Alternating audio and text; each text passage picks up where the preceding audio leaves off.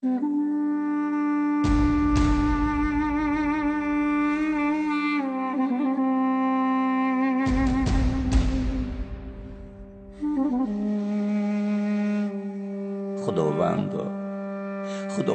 من بی مادرم،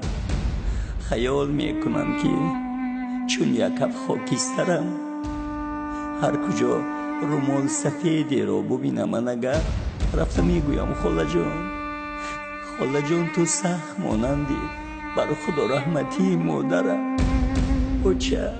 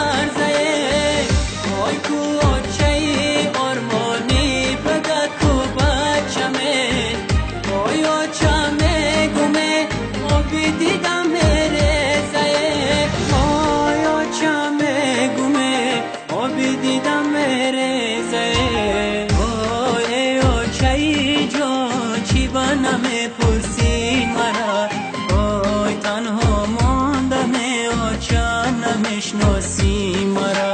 آی غم های تو چه آبون کرده، وای زردابی دلم چه خرابون کرده،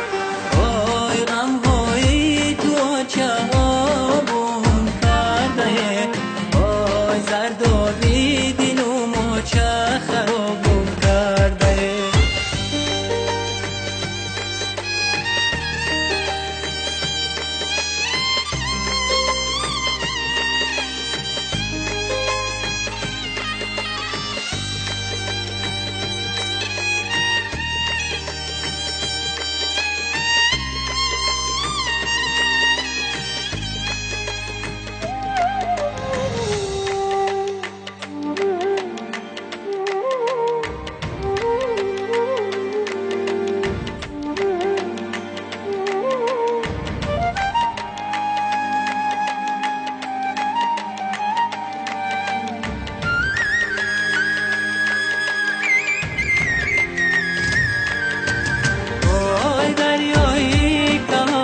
گذشتم و تر نشدم، وای نالشی مادر بشنیدم و کر نشدم، وای نالشی مادر زیتری سوزان برتر است، وای تقدیری خدا